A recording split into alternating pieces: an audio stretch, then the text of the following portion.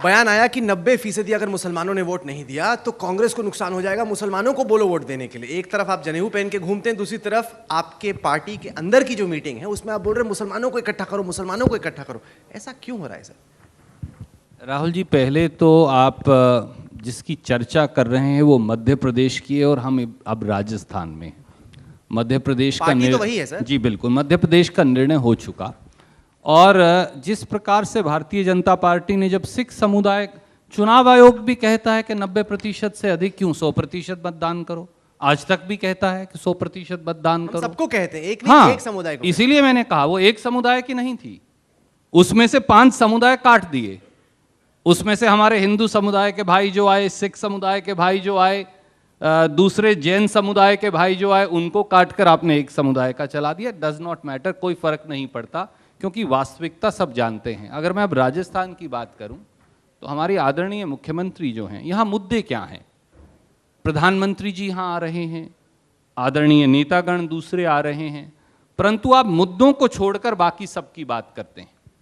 मुद्दे ये हैं राजस्थान के कि आज किसान राजस्थान का उत्पीड़ित है, सड़क पर है, युवा बेरोजगारी की मार झेल रहा है, व्यापारी और दुकानदार जीएसटी के कहर से परेशान है, आज फसल मंडी में है वो बिकती नहीं। अगर मैं आपको 3 उदाहरण दूं, सुधांशु भाई यहाँ पर हैं, 62% किसान राजस्थान का कर्ज के बोझ के नीचे दबा है। आप कहेंगे ये आप कहाँ से ले आए? ये मैं नहीं कह रहा, ये मोदी सरकार ने जारी की है रिपोर्ट, कृपया जरा दे दीजिए। या आपकी सरकार की जारी नहीं, आपने जारी की है रिपोर्ट। मोदी जी कहते हैं और वसुंधरा जी के उनके पास कोई पैसा नहीं किसान के लिए, जेटली जी भी कहते हैं, वसुंधरा जी भी कहती है, पर आप 3,17,000 करोड़ माफ कर देते हैं। मुट्ठी भर उद्योगपतियों का संसद में जवाब दिया, उनको नहीं चाहिए। चलिए, आप कहते हैं 15 लाख रोजगार देंगे। देश में बेरोजगारी पिछले 20 साल में सबसे हायर पायदान पर 6.6 पर है, और आप ये अचंबा मानेंगे सुधांशु भाई कि यहां पर बेरोजगारी 13.7% पर है।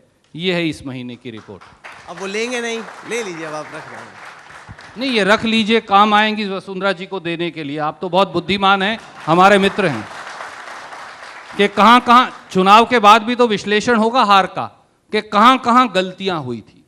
एक और मैं आपको बताता हूं, लहसुन इस समय बाजार में आया हुआ है, कोटा की मंडी में जाइए 2 रुपए किलो में बिक रहा है, 200 रुपए क्विंटल में। राजस्थान फेडरेशन ने वायदा क्या किया था कि उस लहसुन को खरीदेंगे 3,257 रुपए में। आप चेक करिए, 180 अनाज मंडी हैं, मैं किसान हूं स्वयं इसलिए और पड़ोस से हूं इसलिए जानता हूं, 180 अनाज मंडी में कहीं पर 1400 रुपए से ज्यादा की आपको स्लिप मिल जाए तो जो सुधांशु भाई आप सजा दे, मैं तैयार हूं, चुनाव छोड़ दीजिए। आपने 1,54,000 मीट्रिक टन लहसुन खरीदने का टारगेट रखा, खरीदा 1400 metric ton. 38 lakh metric ton गेहूं राजस्थान के किसान ने पैदा किया, आपने खरीदा 4000 मीट्रिक टन। यहां जो हमारा बाजरा है 1950 रुपए क्विंटल एमएसपी है, 1250 रुपए में पिटा। क्या करेगा किसान?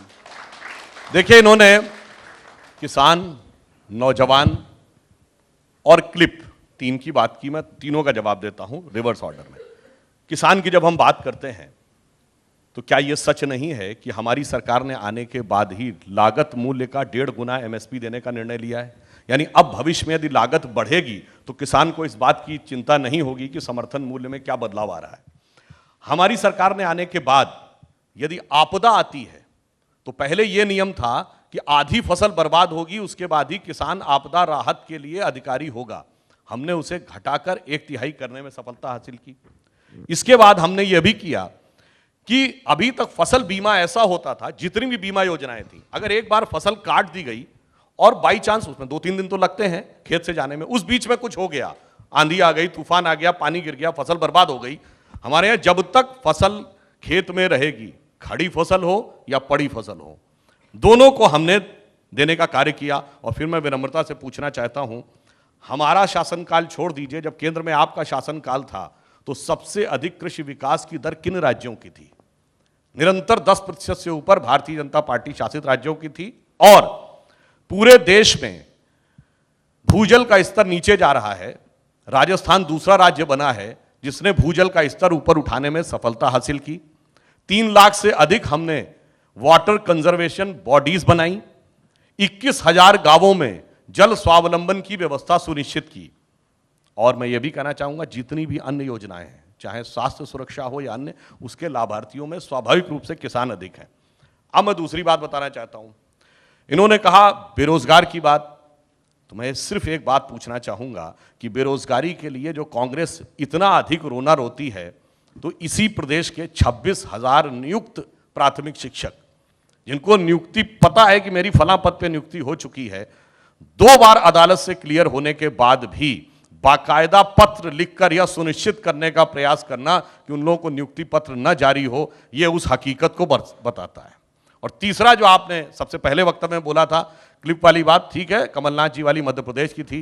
जो राजस्थान की क्लिप थी जिसमें सीपी जोशी जी बोले थे, मुझे षड्यंत्र जानते क्या नजर आता है? अकेला कांग्रेस का षड्यंत्र नहीं है, इसमें सब शामिल है। सीपी जोशी ये बोले थे ना कि ब्राह्मणों के अलावा किसी को धर्म के ऊपर बोलने का अधिकार नहीं है। पर आपने बसपा का बयान सुना कभी? भीम आर्मी का बयान आया इस पे? प्रकाश अंबेडकर का बयान आया? किसी दलित चिंतक का बयान आया? वो जो जेएनयू में यूं हाथ करके कहते थे हमें चाहिए आजादी, ब्राह्मणवाद से आजादी, उनका बयान आया? वो महिलाएं जो ट्विटर के सीईओ के सामने खड़े होकर कह रही थी स्मैश ब्राह्मणिकल पैट्रियार्की, उनका बयान आया? सब चुप है क्योंकि कांग्रेस के नेता ने बोला है। इसलिए विभाजन कराते रहो, लड़ाते रहो और अपना कार्य सिद्ध करते रहो। और इनके सहयोगी सब तरफ विद्यमान हैं, सारी पार्टियों के लोग इनका सहयोग कर रहे हैं।